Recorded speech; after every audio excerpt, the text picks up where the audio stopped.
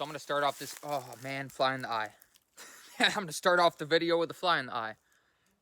No, that's not what I was going to say. But hey, we'll roll with the punches, so to say.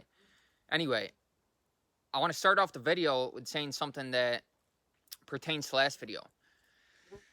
Because I said something that, upon reflection, I see could use a little bit of clarification. So the intention why I mention this is to serve that purpose of clarification, potential clarification, as I understand that there could be a potential misunderstanding. Now, if you take the word quote by quote without having it encompassed in the context in which it was said, I know what it meant. I know what it means. But if you take the quote by itself, it can kind of be untruth. Now, words only have meaning in context, and the very language we speak in itself has limitations infused in it. And we want to be able to see with clarity so that we see past the limitations and don't get bound up in the language itself. Because the quote I mentioned is, I said,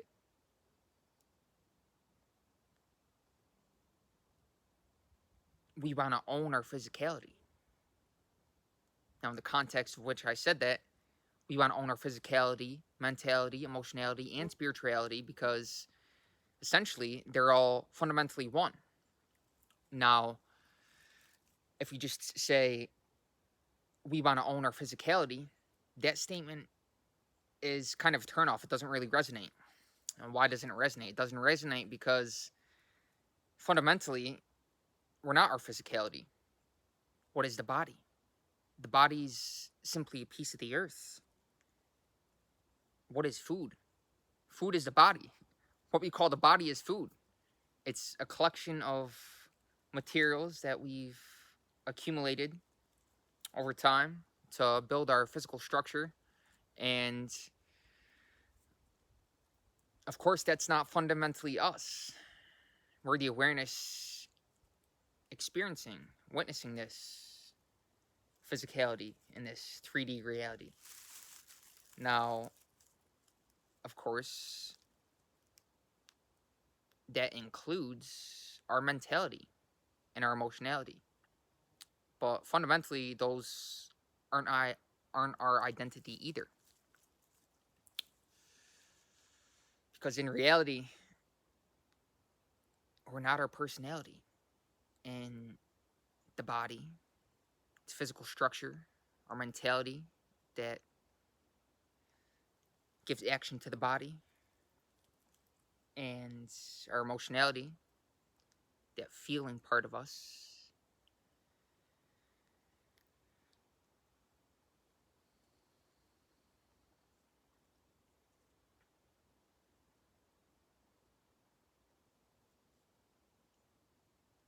Those three aspects are parts, three parts of the same whole. The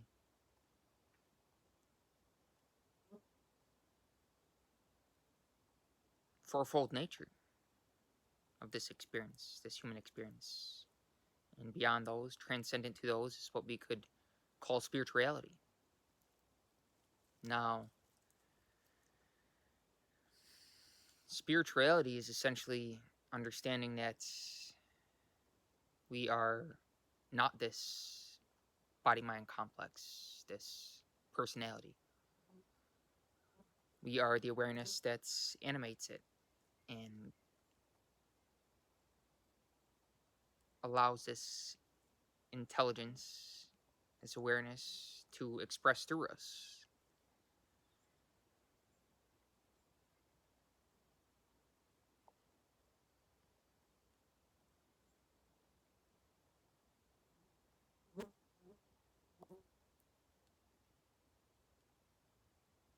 And the presence is one of silence. And that's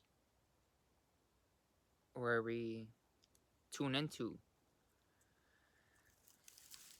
that self-same awareness that we all are collectively. Now, collectively, again, referring to the limitations of the very language we speak, may not be a fitting term, depending on how somebody interprets it. Because collective implies a collection of individuals. And of course, we all have that aspect of individuality. But we don't want to limit ourselves intellectually in terms of that being our fundamental identity. We want to expand our conception of ourselves beyond nationality, beyond any roles, beyond any actions that we take in the world, because we're the awareness that's aware of us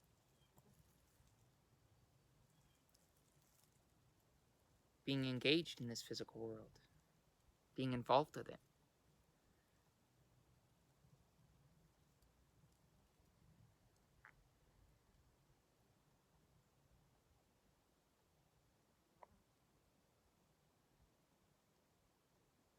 Be attentive to attention itself. What is the witness? What is that which claims it is this, it is that? I am this role. I am this label. I am this position. I am this category. I am this limitation. Now, in as much as that limitation may serve a purpose in the world, we want to be able to compartmentalize that and not confuse that with, again, what's we really are, that awareness that is simply stillness, a presence that is simply aware that it is.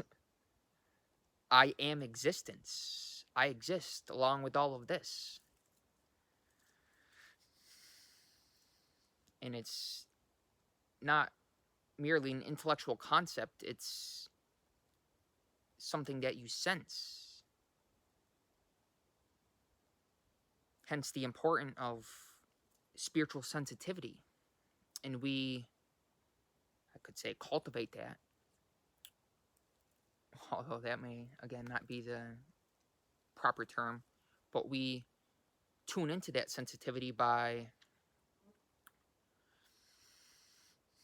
not only living a life of harmony. What does that mean? It means not being controlled by our sense faculties, by the five senses. Understanding that we are transcendent to this materiality, the physical world, that is simply an expression of this self-same awareness that we all are fundamentally. And to try to communicate that with language is, can be challenging, but not necessarily. Depending. It always depends.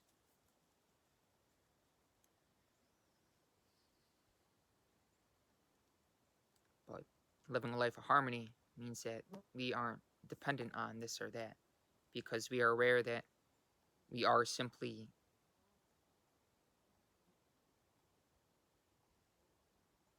we simply are right now. This is it. This is the eternal moment. And we tune into that stillness,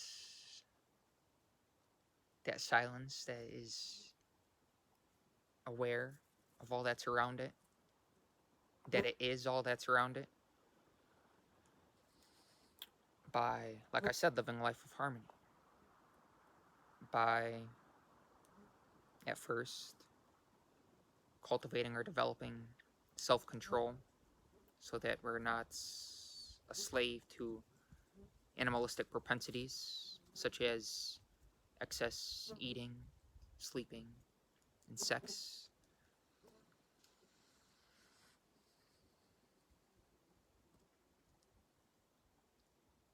Now, I want to come clean a little bit. So, I'm going to tell you a story.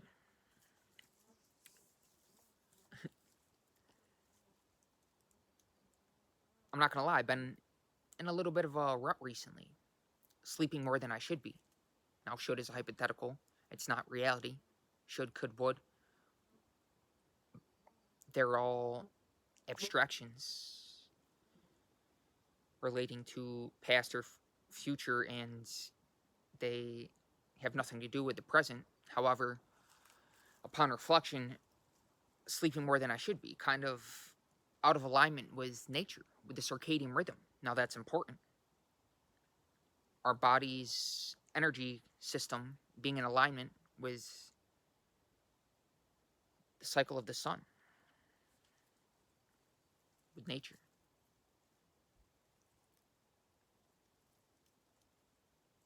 However, I haven't been recently, except for the past couple days, and now I'm in the flow. I'm gonna be waking up a lot earlier. It's 3:40 a.m. to be specific. But I mention that because this marathon that I just ran yesterday kind of snapped me out of that rut. And while I was thinking, I'm like, I got to make a video about it. And that wasn't the intention of the video right now. However, these flies, man.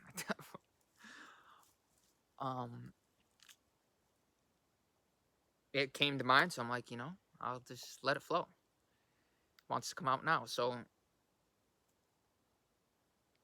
I'm making this video. Because I want to tell you a story too. Now, I may mention some details and all, even though the videos are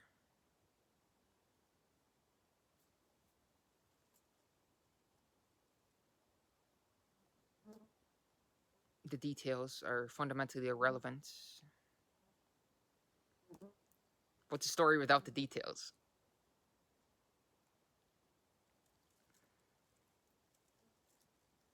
Man, I'm telling you, these flies, they're kind of breaking my flow, I'm not going to lie. Hey, I just rhymed. Fly, lie, rhyme. Shit. Dude, I didn't even thinking about it. Dad, did it again.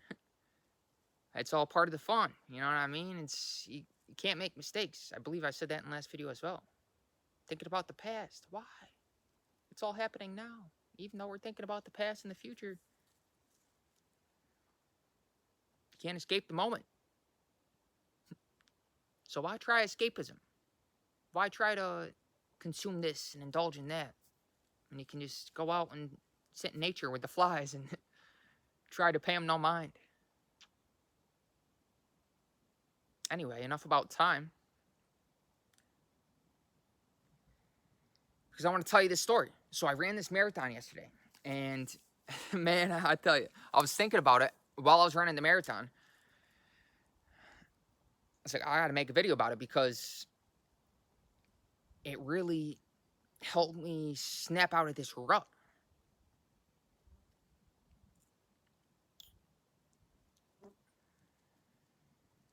And I'm thankful for that.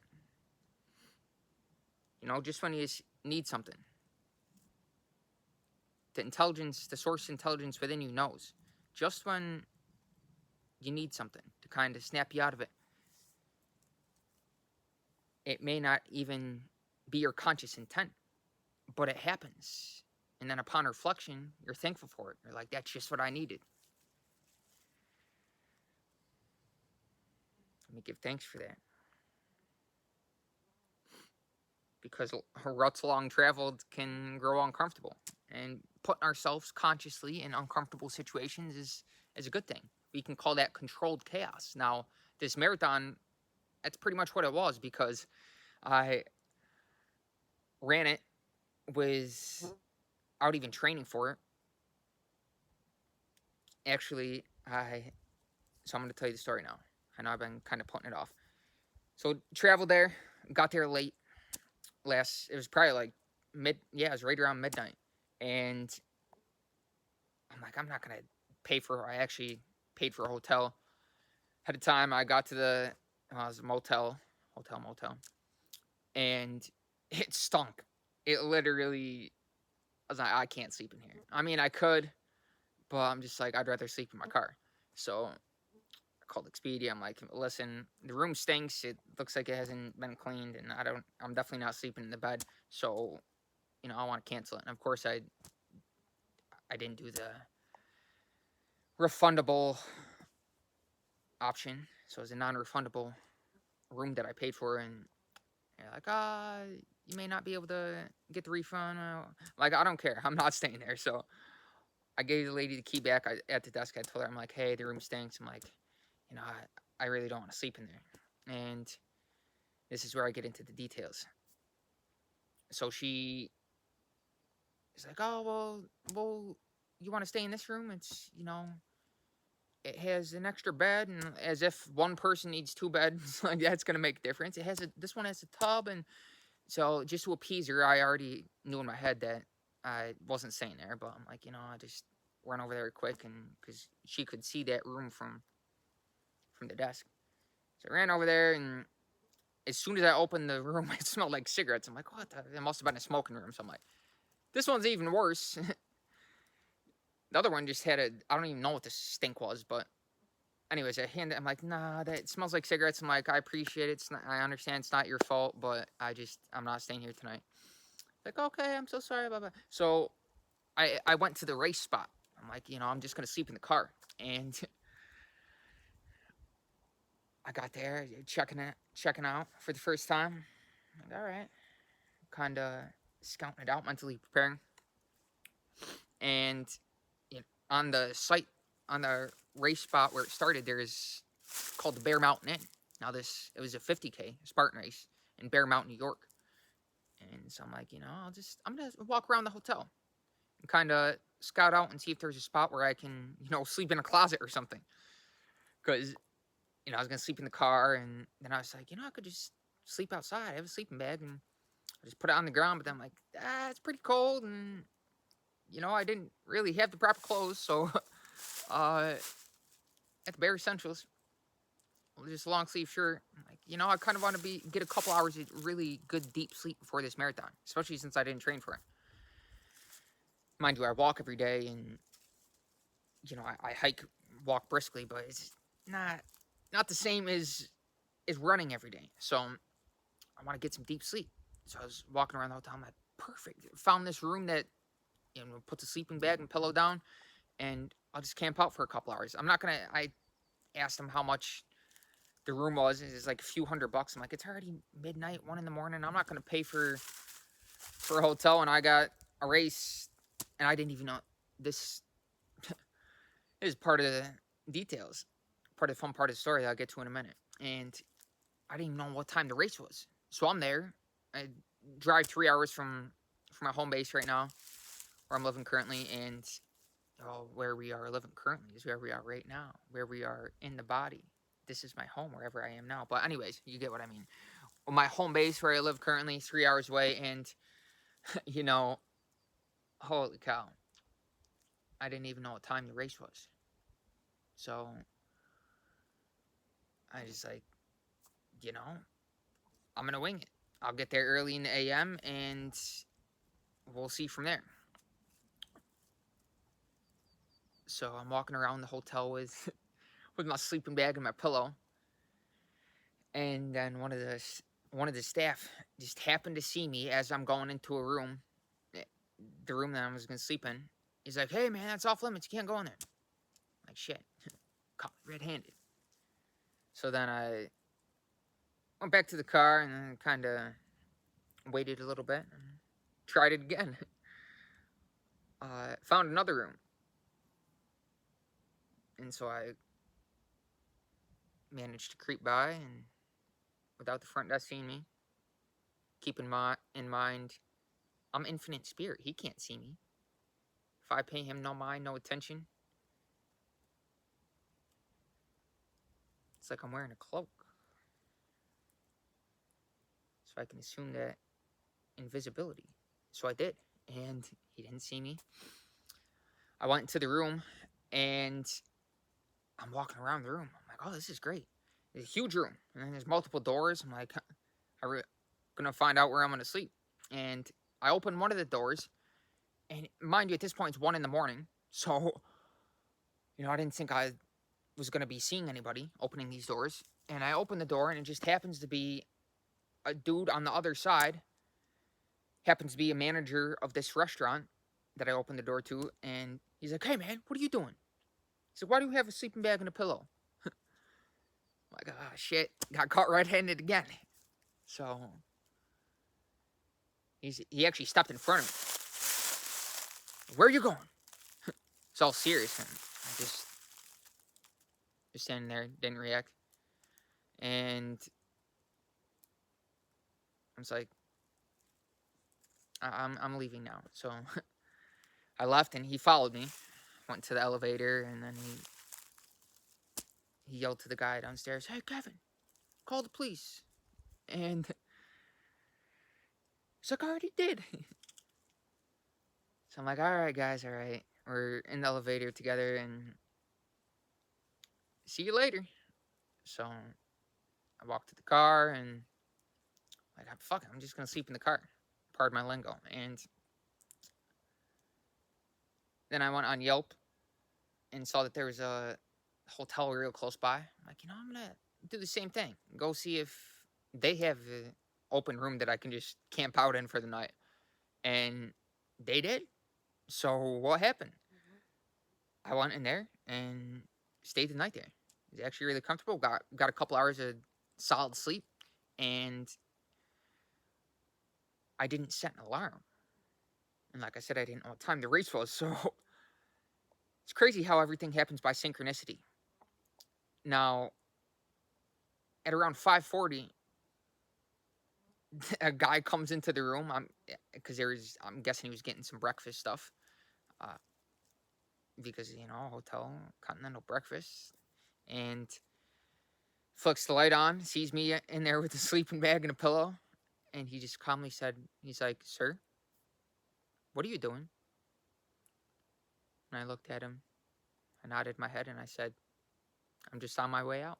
And I rolled up the sleeping bag and walked out of there and bowed on my way out and got in the car. And at that point, I still didn't know what time the race was. So I'm like, all right, it's early enough. Thankfully, he woke me up, because if not, then probably would have slept past the race start time. So I got in the car. I'm like, man, I checked on the Spartan account. I checked the ticket, and it still said pending.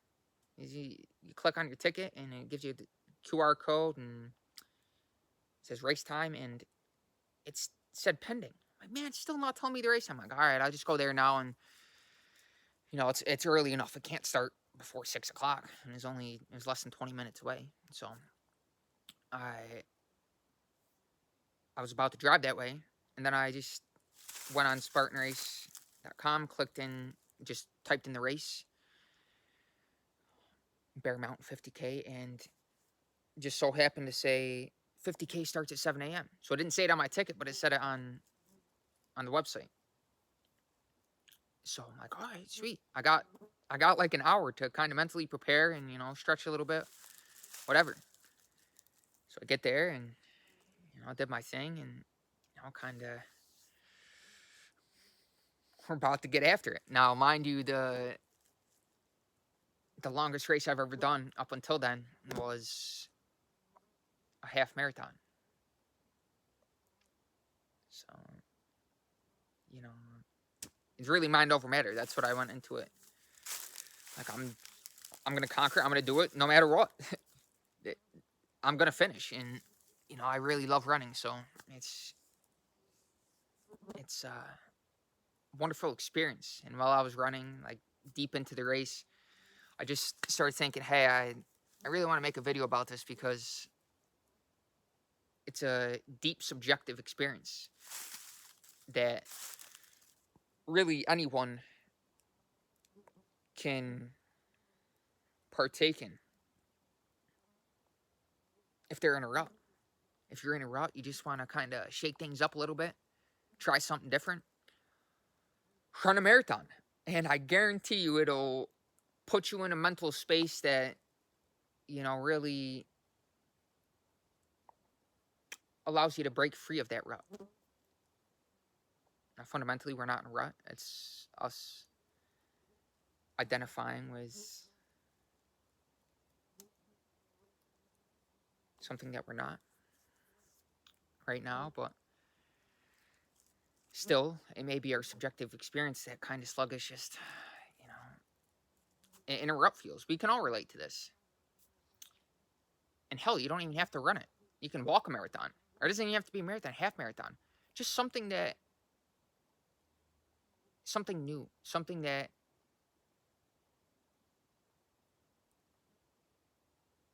is different from your ordinary everyday flow, whatever that may be. To shake things up a little bit, spice things up a little bit. Variety is the spice of life.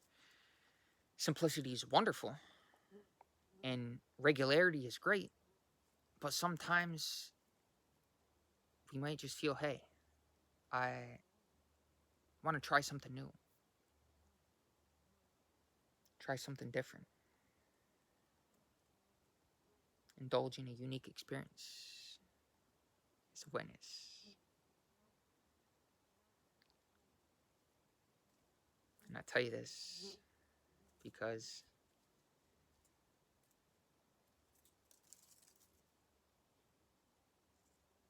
running is a great way to get into the flow. Seriously. So now I'm going to make that a part of the daily flow. Because like I said, I'm kind of rut recently. I'm kind of nocturnal, really. Up all night and then sleeping in the middle of the day, and that's not okay. We really want to be in alignment with the circadian rhythm. And even in just a couple days of waking up early, I feel a lot better. Now, there's a lot of reasoning behind this. I'm not going to get into that. But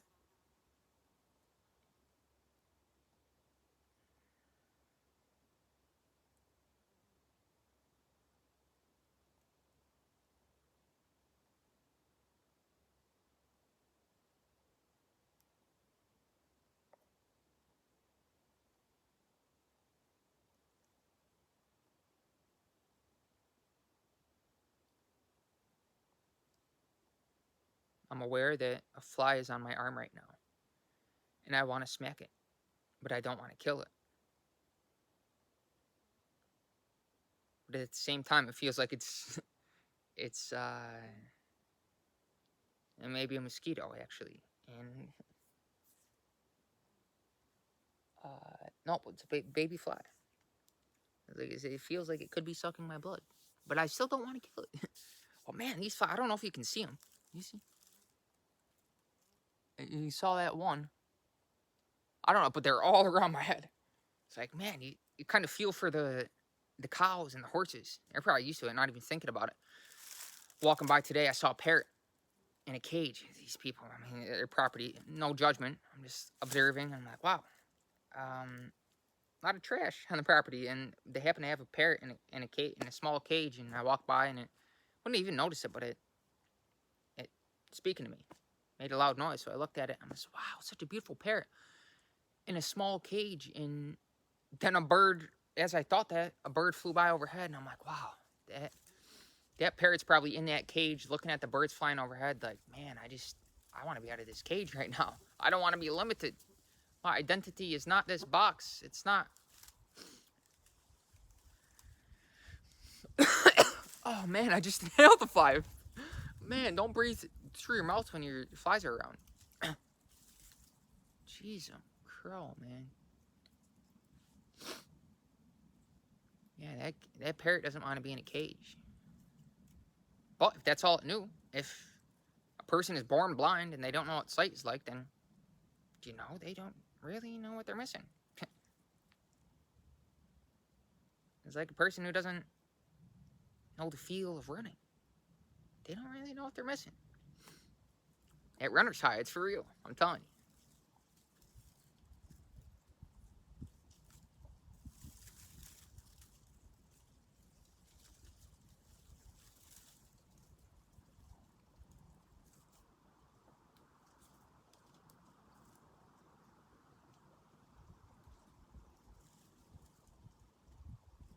Yeah, right now I'm aware that the flies are all around, but I'm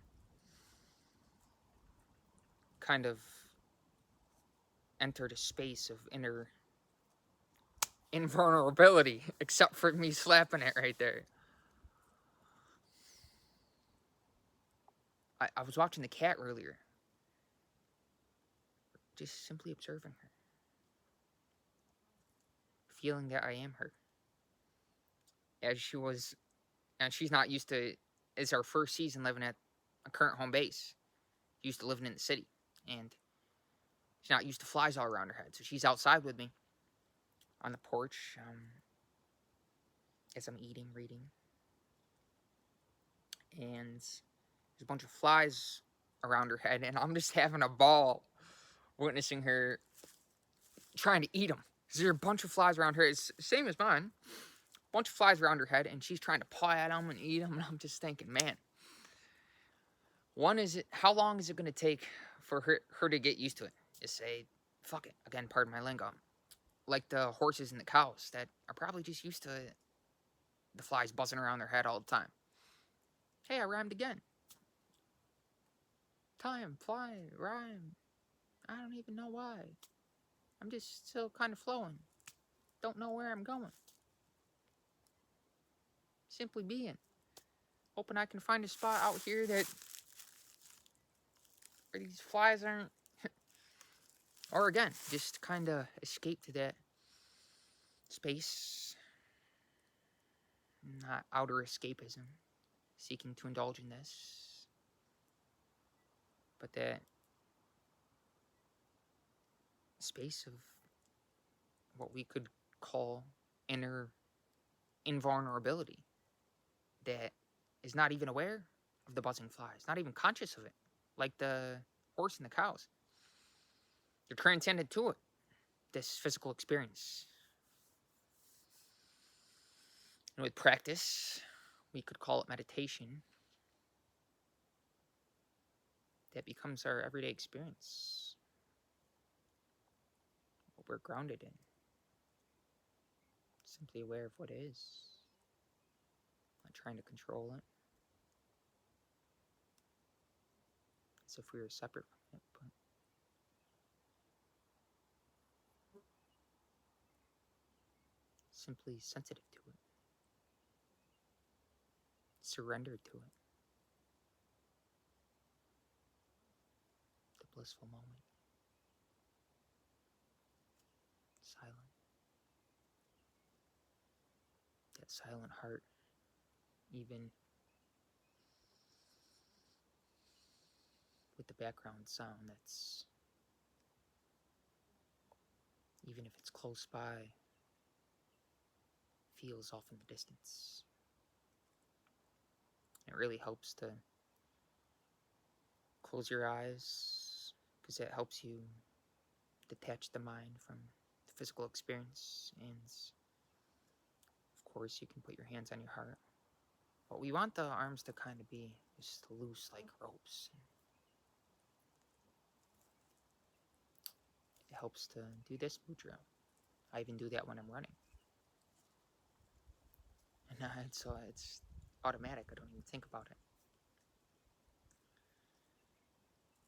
And you can have our hands like this while we're sitting with our arms loose like a rope, like spaghetti, as opposed to the hands on the heart. We can do that too to start off, to help us tune into the heart. That silence. And then gradually kind of just let them fall and tune into that space of silence that's always with us. That is the awareness, the background of the physical experience. physical reality.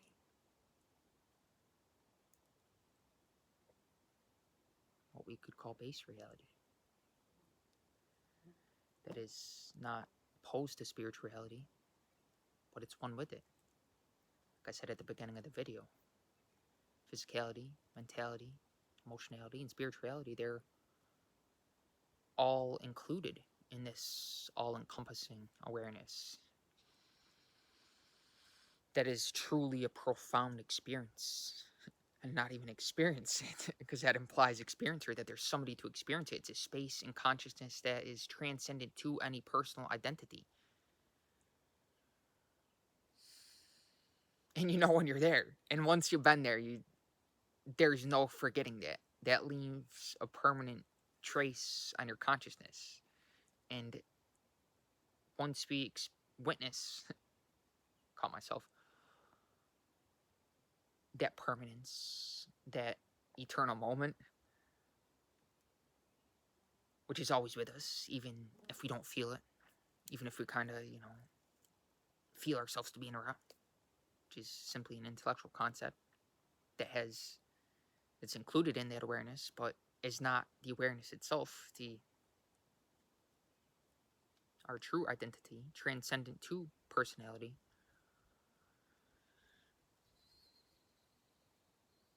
Once you've been there, you know it, and it becomes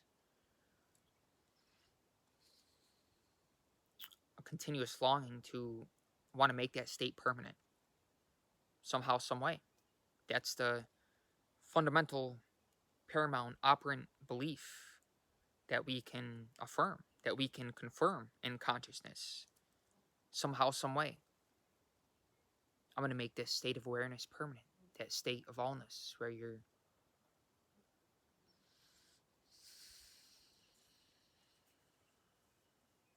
just very tuned in, sensitive to life. A sense that's all inclusive. And we can feel that even in and among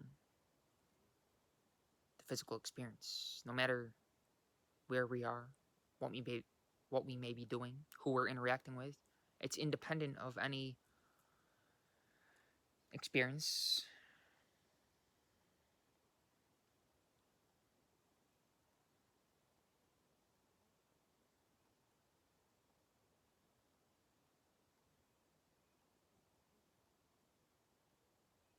Because it's simply a timeless silence, a watchfulness that is the closest we can be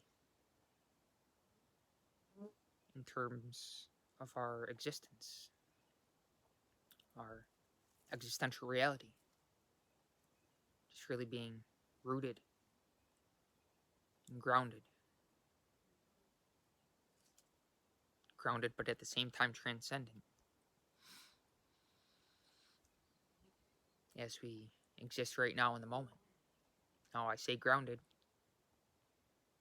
Feet in contact with the Mother Earth, bare feet touching the ground, the mycelial network, the mushrooms underground, the vast networks that are undetectable by the physical eye unless they happen to appear on the surface. But underneath the surface, that awareness that is really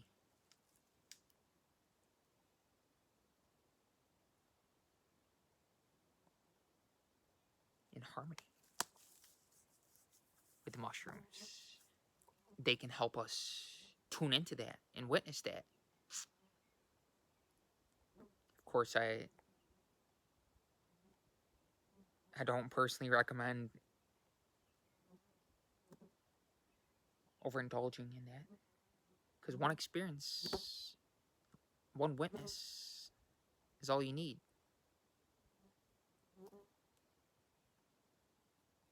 to want to make that state permanent. We use that sacred plant teacher to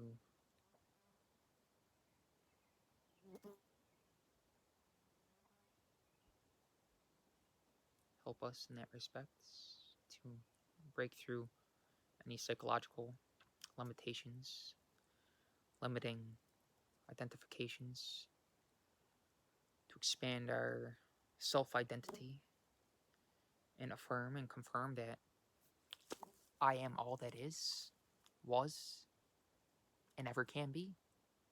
That is my identity. This temporary human experience that I now embody is, in the context of existence, such, you could say, a needle in a haystack.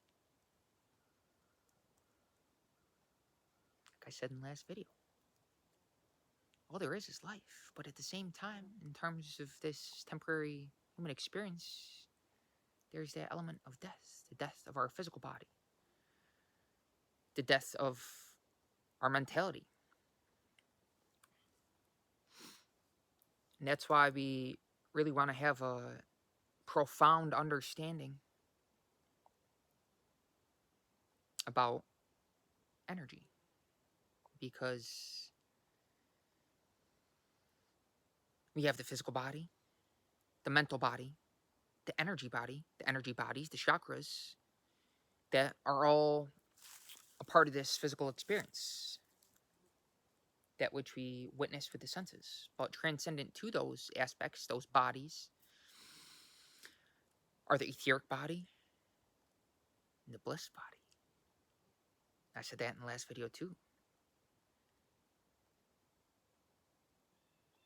On the surface, may seem like disturbance, but fundamentally, it's nothing but bliss.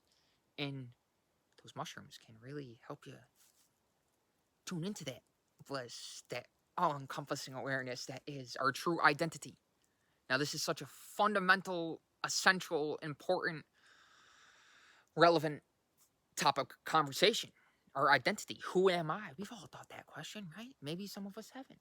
Maybe some of us really think we're a personality. A personality is a mask. We can wear whatever mask we want. In the Bible, it says there's infinite states, many mansions. Well, it says there's many mansions. And what that means is that there's infinite states. We can consciously assume whatever personality, whatever worldly identity that we want to be. And like I said in the last video also, we don't want to be fixed. That's one of the intentions of this channel, is to kind of show people, hey, there is no need to be fixed. We can really be whatever you want to be. We can consciously be and assume any identity, any worldly identity, but we want to understand essentially, fundamentally, that our true identity is this awareness.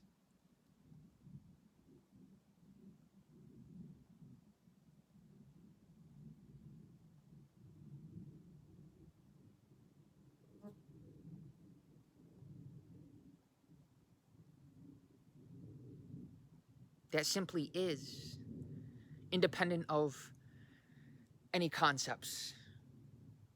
Concepts being our mental body, as we embody that in our physicality.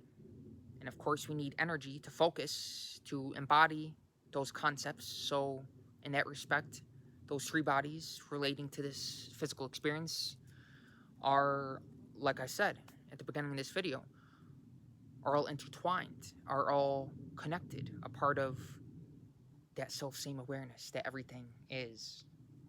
Now, that could be a buzzword. And that's, again, the limitation of language. What does awareness mean in the context of which I speak?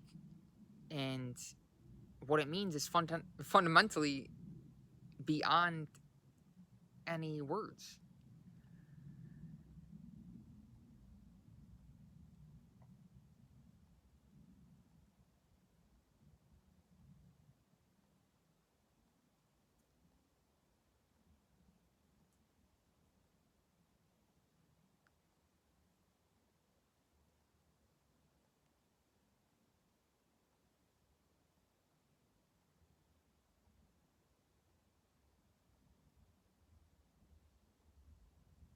Now, what I did just right there, I was actually smiling with my heart. I felt that. It was just very joyous. And then I shifted. from being focused on that concept of awareness,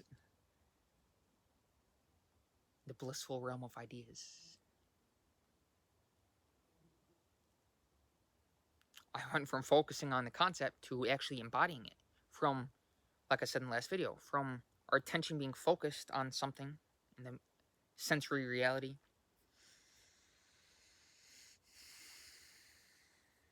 and expanding that attention to being all encompassing, actually sensing that you're all that's around you. You can go in and out consciously from being focused on the physicality to kind of just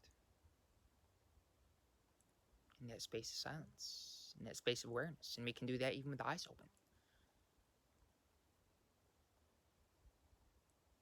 Or we can close the eyes and really,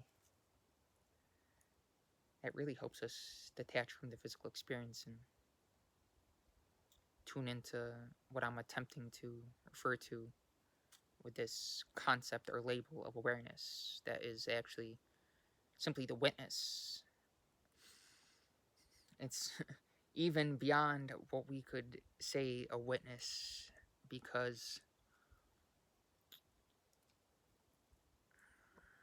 it's such a deep and profound, I can't even say experience, it just,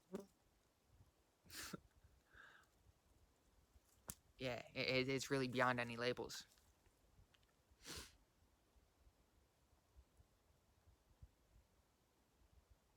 And like I mentioned, the mushrooms, that's, that's an option for people.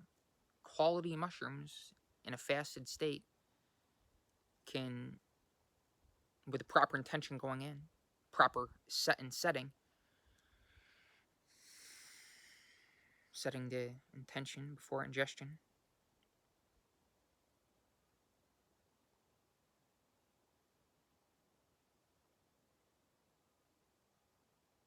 making sure the body's pure going in before the experience. That's why it's important to fast. And it helps us tune into that profound sense of awareness.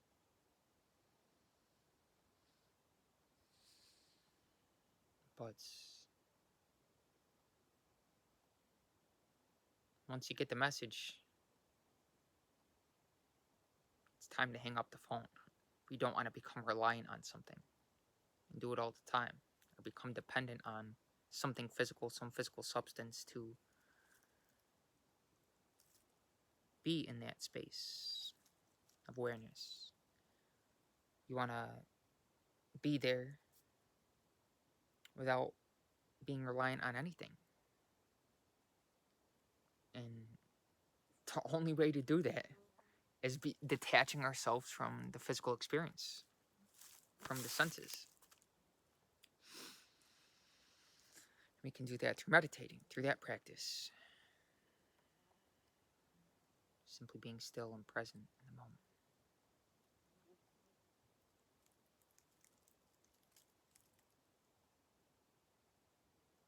And of course, even when we're engaged and wholeheartedly involved with the world, we can still be in that space subjectively. Like I said, no matter what we may be doing, no matter where we are, who we're interacting with, we can still be in that space of inner silence and stillness, independent of what's going on around us. And hence the importance of the meditative practice, because the world is really a test to see if your meditation's been working. The marketplace is a test. You go there, somebody says something, you're driving, let's say, somebody pulls out in front of you, and do you feel anger? Or does that inner calmness and stillness prevail? Do you react? Or do you kind of just Observe.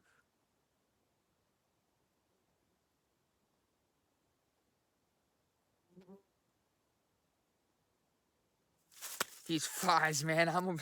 I'm observing these flies. I forgot about them until that one just. And I reacted. It's funny how that works.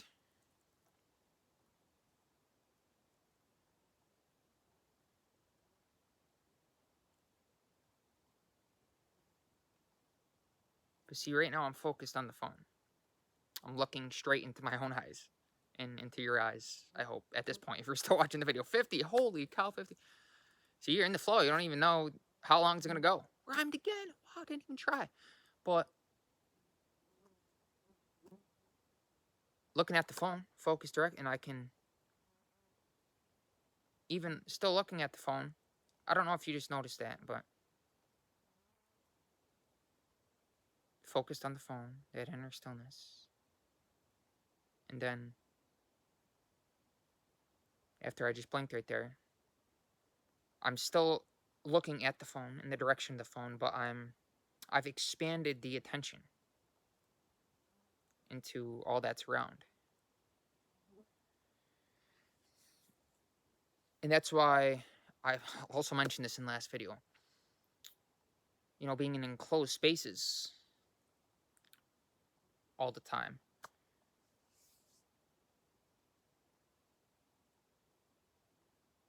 can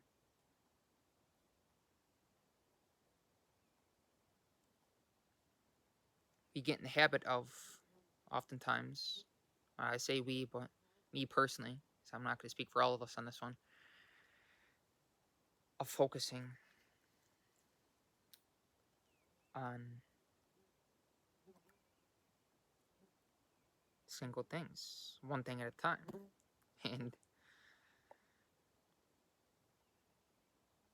it's good to get up on a mountain or outside and allow ourselves to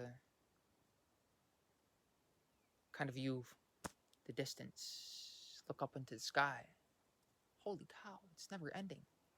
That's a great meditation practice. Simply sit with your eyes closed, tilt your head up a little bit. You'll realize your energy naturally goes to this space right here, and you can actually consciously focus on that space and visualize, project your whole body filled with this beaming, bright white light. And really feel it, picture it deeply. And especially, you start with your feet from the ground up. Start with your toes, and then consciously move your attention from the tips of your toes, from the pinky toe, all 5 toes, and then slowly up the foot to the heel, and then from the heel up to the calf, then to the knee, and to the thighs. Don't forget the glutes, and to the hips as it's connected to the base of the spine. And each, as you're going through it, really focus on those different areas for some time. And then by the time you get to the top of the spine, to the atlas, right here, and that's also something I want to mention. If you roll your neck like this, and you feel crystals, you feel kind of a crunching. Wow, I feel a lot of crystals, which I don't feel any.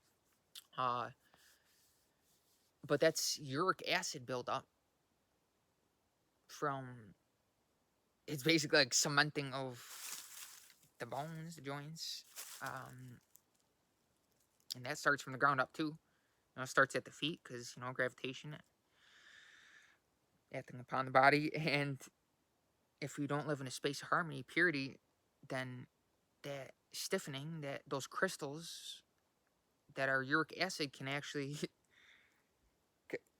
build up in the body, in the bones, in the physical structure, and if you feel that those crystals while you're rolling your neck around, that means that it's came up from the base up and reach that atlas at the top of the spine, and That's why fasting is wonderful, because it really helps purify the body, and that helps you get rid of those crystals so that the body very loose. Like I was saying earlier in the video, your arms kind of just like ropes, like spaghetti, and it's that sense of ease, that sense of bliss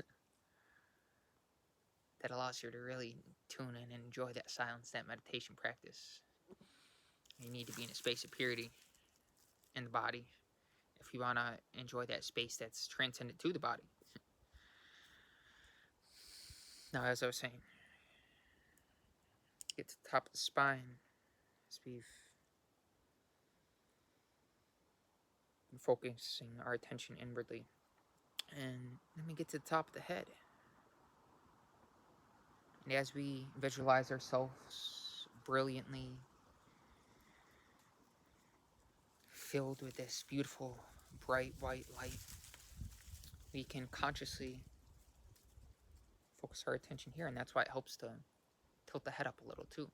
It helps that energy go to that space on the forehead. Actually visualize the two hemispheres of the brain as they're coming together at that central point. And then the middle, if you need to look at a picture, look up the pineal gland and where it's situated inside the head. And just focus your attention there and then project it powerfully into the sky. That's never ending. Wow, I'm looking into the sky, but it goes on forever. I can't see the end of it. And just project it. And keep going and keep going and keep going and keep going. And that visualization is powerful because that can help you. It's a conscious practice that can assist in our everyday meditative practice.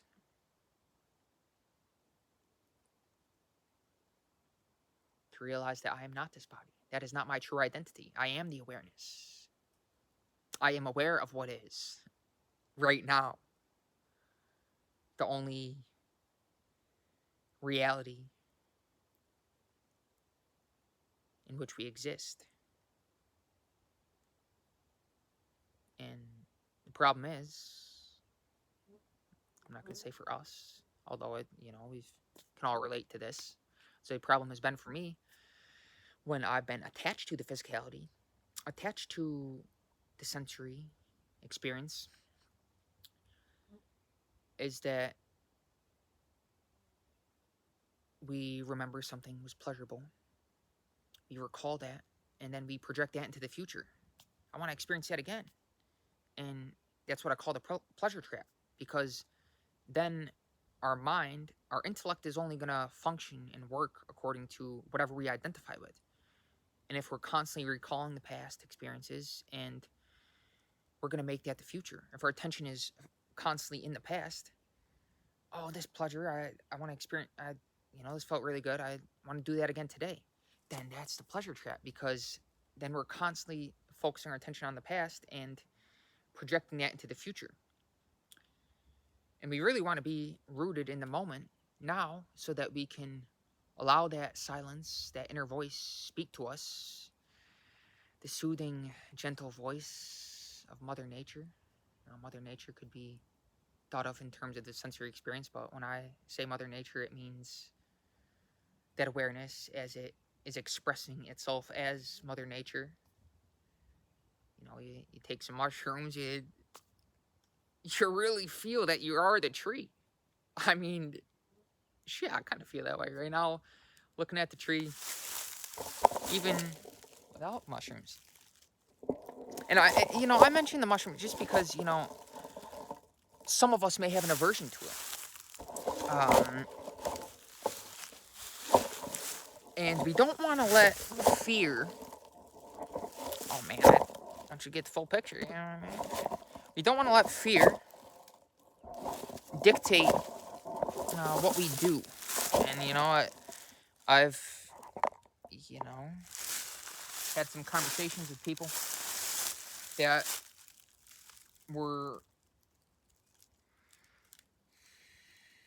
rejected the powerful experience, psychedelic experience of ingesting mushrooms because they were afraid. They're like, no, I don't. I'm very comfortable where I'm at with my conception of reality right now, and I don't want to do anything to hinder that. So it's a tool that can help us go beyond that, go beyond those fears. But if we let fear dictate, you know, what we do, we're living in the past, then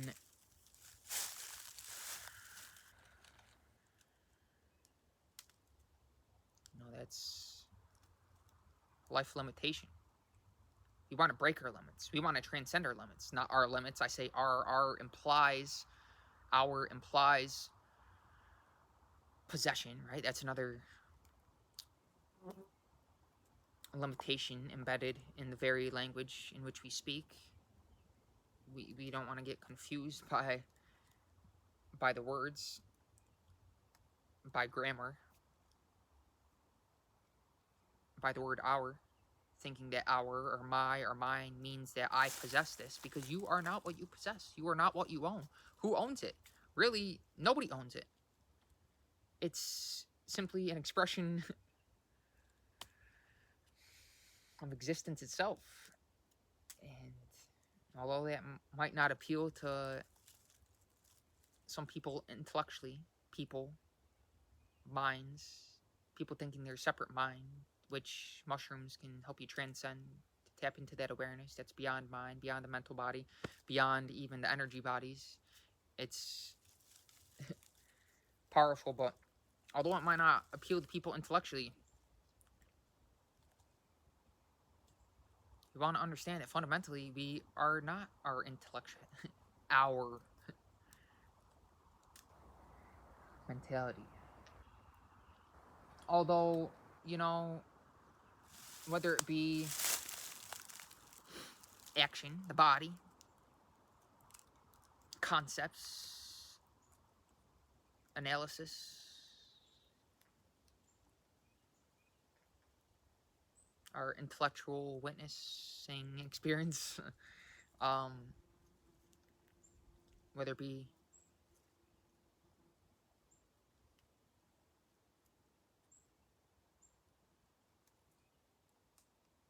the flies,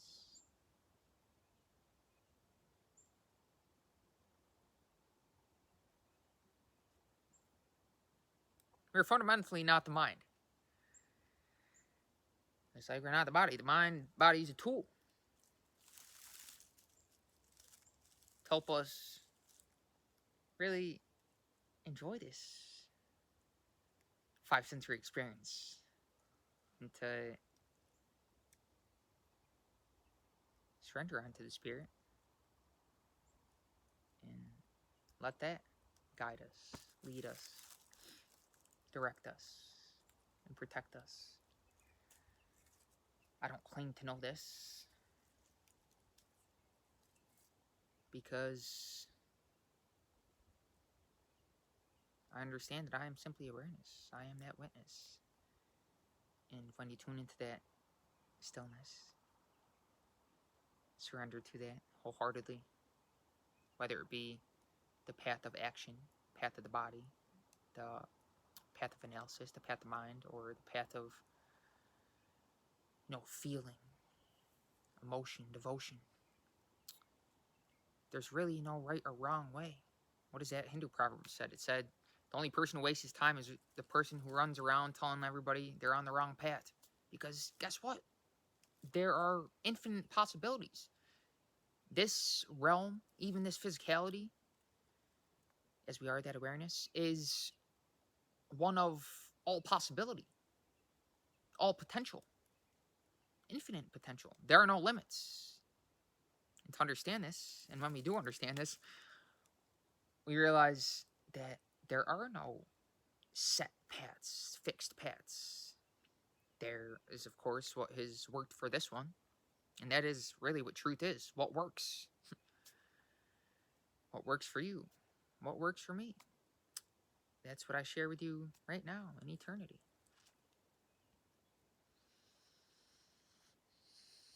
as I embody this profound presence. I know that might be a turn off to some. I'm completely aware of that. Wow, he's talking about a lot about this awareness, his presence. What we really want to understand is beyond concepts. And we can really do that practically by, again, living a life of harmony. What is harmony? Purity. By purifying the body, which in turn purifies the mind. Purification of the mind. Because the body and mind are intertwined. They're an expression, a part of that self-same awareness.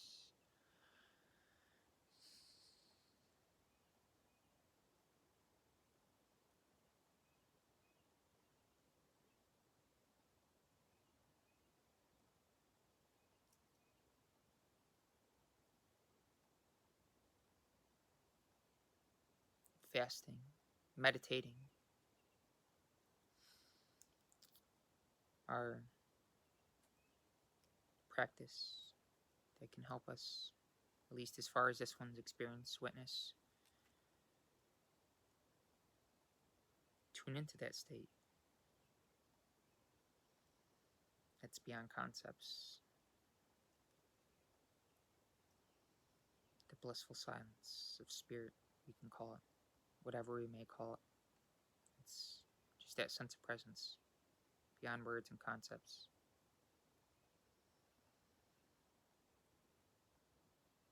That we can feel, we can be, no matter the activity, wherever we may be.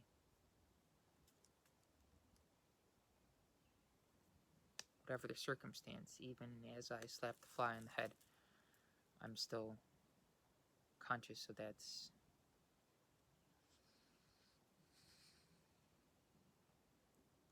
Whatever you want to call it.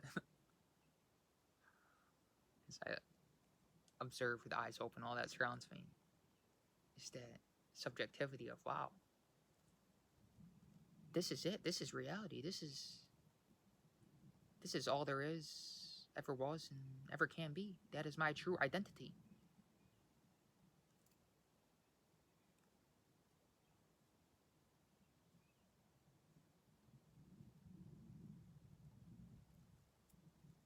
And I realize this might be a little bit much for some people. And that's okay. Hey, I didn't know what I was going to say. I had a little bit of idea. But it's really what we could call unpremeditated spontaneity. To allow yourself to just express whatever wants to come out. And that's what this video serves as, is symbolic of that flow state. It's what a manifestation is, right? It's a symbol. It's not reality. We don't want to confuse our identity with the manifestations. Get caught up in the manifestations, the physical experience. Because when we're rooted in that silence, we can observe the manifestations without identifying with them. That's really how we change our experience of reality, is expanding our self-identity. The self with a small s being the personality, the self with a big S being reality with a capital R.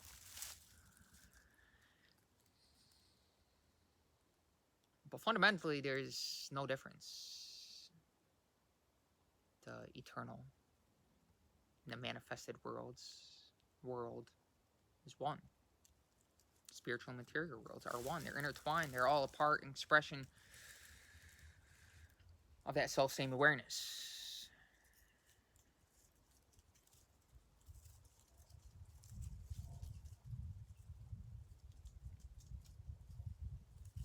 Self with the big S. Self-same awareness.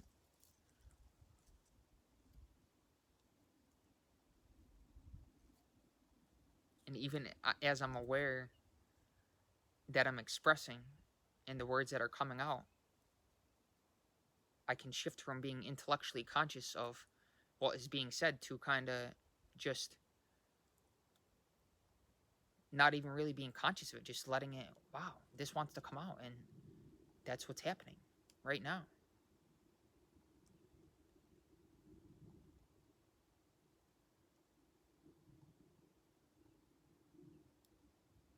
I've often thought about writers, past writers, before modern technology, and what it would be like if they had access to phones and we could see them speaking on videos. We may wonder what inspired them to write, to allow themselves to creatively express, to focus on creation as opposed to excessive consumption. The difference between power versus force. Force constantly thinking, feeling that it needs to consume this or that outside of itself, indulge in this sensory experience, when power is really, I just noticed, I looked at when I said that, power is really, as soon as I put the hand on the heart, it was like 111, it was 11111. Funny. Been seeing a lot of synchronicities, a lot of repeating numbers and other synchronicities, but power being that space that doesn't need to consume anything. Fasting, meditation, simply tuned in to what is right now. But as I was saying before I get off on a tangent, like I've done probably all throughout this video and many of the other videos, just allowing yourself to flow. That's what happens. But anyways, when we kind of just tune into that silence, we get etheric imports, ideas that, where did that come from? Holy cow, that's a wonderful idea. And one of them is thinking about authors before modern technology and what it would be like if they, instead of writing, they focus their energy on making videos. How people would interpret them differently, seeing them on camera, on the phone, in physical form, expressing what they had to say in a way that wasn't premeditated. Because writing is great. Writing is wonderful. It's a form of creative expression, creation, the Brahman. But it lacks that kind of, we could call a personal aspect, which is actually impersonal, but it allows you to maybe more so tune into the imagination and be like, wow, what kind of headspace was this person in while they were writing this? And kind of imagine maybe the room they were in and even what they look like without having seen a picture of them before, and just allow your imagination to run away with you. But when somebody's actually in person, in front of you, on the phone, on a video, it's a different experience. But somebody can nowadays be simultaneously a writer and a video maker. Hey, we can be anything. We can do anything we want to be. We can be anything we want to be. And that's one of the pros of modern technology.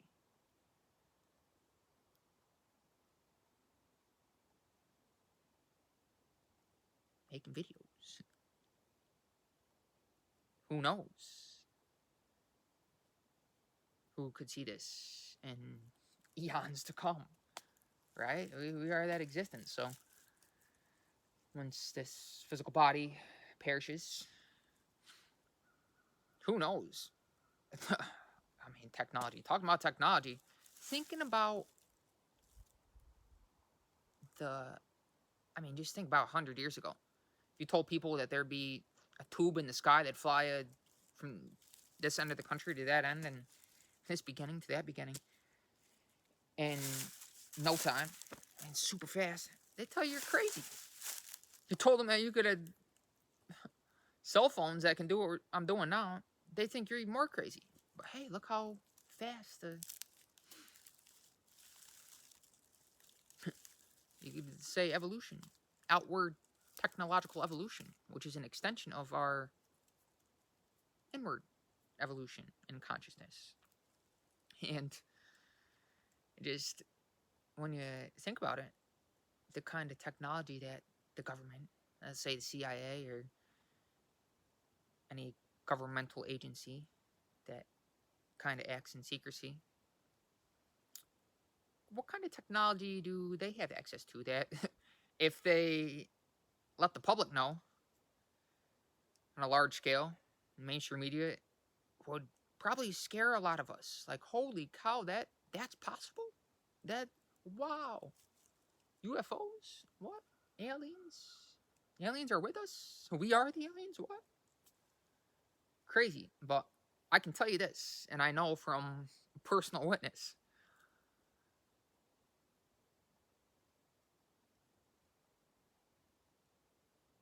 I want you to open your mind up to this, that there are forms of sentient life on other planets. This earthly reality is not the only dimension of existence. There's other realms, other planets, other species, whatever label, that have access to technology that would probably break our trying to think about, conceptualize, probably break our heads. Holy cow, that's possible? That's available? It's good to open ourselves up to, really understand this is really a reality of all potential, infinite possibilities. And we're meant to be multidimensional beings as we raise our frequency and embody the divine essence, what we could call vital force, Elan Vital, the source inherent within all. No, I'm not gonna lie, I just recalled that from one of the other videos. But hey, that stuck in my head. And that's one of the things about making the video, as I said in my last video too. So, one of the pros of modern technology, making these videos, seeing person in purpose, seeing the person and seeing the person in person, seeing the awareness in person, helps people visualize and hear sound what they're trying to convey and the different tones and how they say it. And in one of the other videos, I'm sorry I'm pointing this out to you. I mean, at this point in the video, you're probably one that watches the videos consistently. And I'm sorry to point out, one of the times watching sitcoms, and I wasn't even aware of it, wasn't even conscious of it, until Dad pointed out, he's like, hey, that laughter in the background, every time a joke is made or whatever, is something's supposed to be funny, there's always that laughter. And I'm like, man, you had to ruin it, because now every time I was focused on that laughter, I couldn't even enjoy the the television show, because I was just kind of expecting that laughter in the sitcom. So I hate to break to you, but I don't know if it's the same in this video. Maybe it's only in when I'm doing them in the house in the last video. But I noticed a little bit of kind of tiny little bit of static in the background. Just a little teeny bit, but that's how sensitive I am to sound. And I think it's from the creek across the way, which you can still hear in the house. And I'm hoping that's the case, because I'm going to, as I watch this video, go back and listen to it. At least part. I don't even know if I'm going to watch the whole thing. But hell, I'm hoping there's no static. But if there is, I hate to break it to you. I'm going to get it fixed if there is. If I notice it in this video when I'm out and where there's no creek and no background noise, I hope no static in the background. But hey, anyway, the pros of modern technology, allowing people to communicate and converse in a way that stimulates the audio aspect of our sensitivity, and not simply reading. And there's pros and cons to both. No better or worse. holding a book in our hands, as opposed to looking at a screen. I mean, that just, I personally like doing that rather than like a Kindle or ebook. But if you're watching a video, then hey, that can serve to, how is a person moving? Are they dancing when they're talking? Man, I don't know. I wonder how long this video is going to take to upload. Yeah, just rhyme. Kind of. It's kind of an art too. Like you notice with rappers, like how they can rhyme without even trying. They make words that normally wouldn't rhyme. They make them rhyme. And you think about it, those words don't rhyme, but how he said it, it kind of rhymed. It's kind of, it becomes automatic, you know what I mean? Anyway, it's, yeah, man, holy cow. I really didn't think this video was going to be this long, like a movie. Holy cow. Hey, just said 11, it's like 11:11 again. Just noticed that again. Normally not really conscious or focused on the time, but um, kind of funny how I just 2 times noticed it. I think it's subconscious mind. You when you kind of place importance on something, whether it be repeating numbers or a particular whatever, you notice that more often. Just like the potential, I hope not, static in the background. Um, that's power of attention, really. To be attentive to attention. What is aware that it is aware? What is the witness in back of the attention? Why do I identify with attention? Did the school program me that? To think that I am that when I was a young one? To think that I am my conscious attention? Or go back, cause and effect reflection? Because, it's good to be conscious, but really, we are not our conscious attention.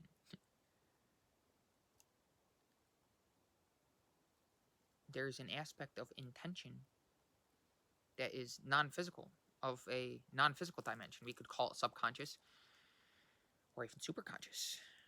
And we don't want to separate these things intellectually, conscious, subconscious, superconscious, because actually, just like I was saying at the beginning of the video, body, mentality, emotionality, spirituality, conscious mind, subconscious mind, superconscious mind, they are all intertwined.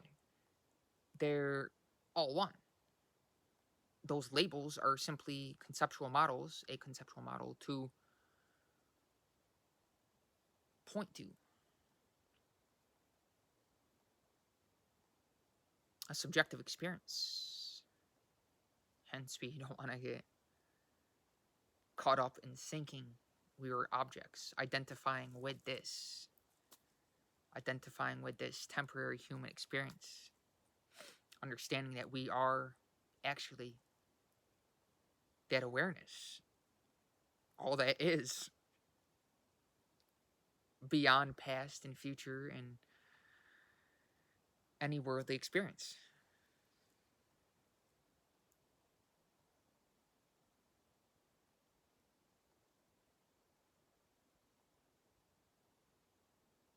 God bless.